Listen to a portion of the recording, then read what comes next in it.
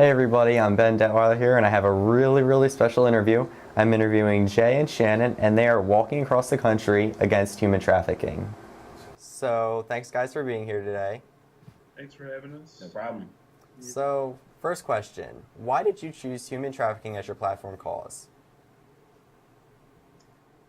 Well, Jay, he went to a conference down in Georgia, and it was a Lou Giglio conference down in Georgia, and he heard a 16-year-old girl talk about how she spent 12 years of her life as a sex slave. And he's a big guy, but it really pulled at his heartstrings, and we had always talked about doing, I guess, like a big cross-country type of adventure, but when he went there and he heard about that and the End It movement, he came back to me and he had said, why not, why not do this trip for a reason, like for a cause? So that was, I guess, the initial spark of the whole trip. Okay. Where are you? Kansas City, Missouri. Okay, and how much farther do you think you have to go? A lot. Yeah. Okay. 1,800 miles. What are your top 3 favorite places that you've been so far? Lakeview, Ohio. It was Lakewood. Lakewood, Ohio. Ohio.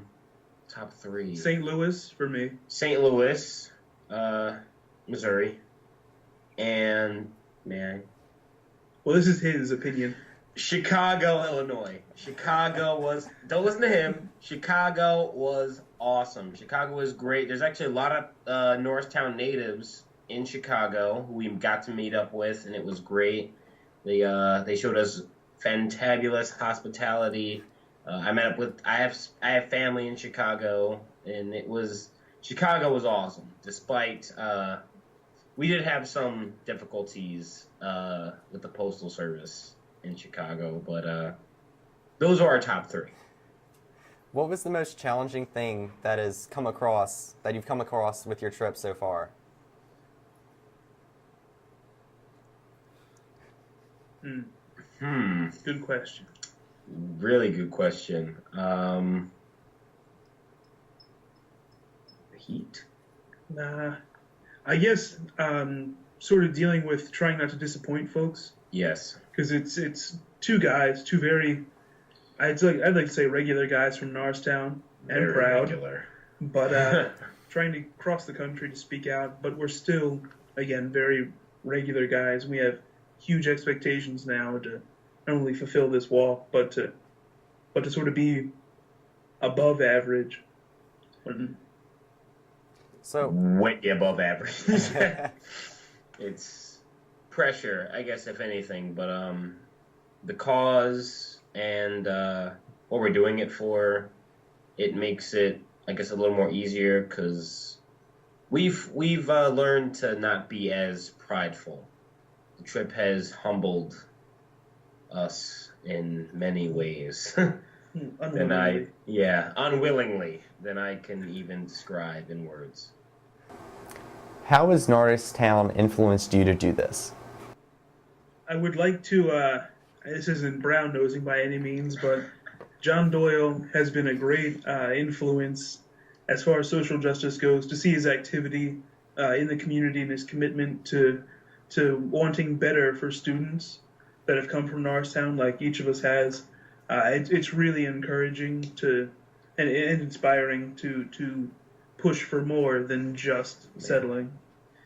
For me personally, it's even more, I guess, insane because, like, once again, John Doyle, as far as educators go at Norristown High, John Doyle, Rory Zumo, who is recently retired, and I had a teacher, Mr. Kraus, just teachers like people like that who are in Norristown who want to see the community, I guess, do better and to grow. That has meant a lot to me because I currently live in Philadelphia. I mean, obviously not now, But I had a lot of, I guess, derogatory feelings towards the Northtown community. But hearing them speak like right before the walk and their care for the community, it's really changed my opinion on just everything. And people like that who care about their community and want to see it grow, it means a lot. When did you graduate from Norristown? 2009. So this summer will be 5 years. For me personally, the trip is even more, and what I said means a little more much because I actually I did not graduate. I was a dropout in Norristown High, but I will never blame. It's a great school, and the educators there are amazing. And regardless of my own personal choices in dropping out, is amazing. And I actually during the walk has inspired me to. I'd like to pursue my GED upon return. When do you plan on ending this whole walk? November. November-ish. Okay. And are you on track so far? We're way off, right? Way off. We had a plan to do this in 100 days, which means we would have gotten home just after October 15th would be the end. But we took a week in Chicago for him to reunite with a family member. We're currently in Kansas City, where I've reunited with a family member, and at the rate we're going and the detours that we've already made and will make, it'll be early November at best. Okay. And how are you going to get home? Are you going to walk back across? No, Don't know. we're not sure how we're getting home. We had a bus ticket each, but we're not going to make it in time, and it's non-transferable. So we are currently trying to figure that out while trying to figure out how to make it from town to town. Okay. We'll be right back in a minute. We'll be back next week with more of our conversation with Jay and Shannon on their long road to freedom, protests against human trafficking.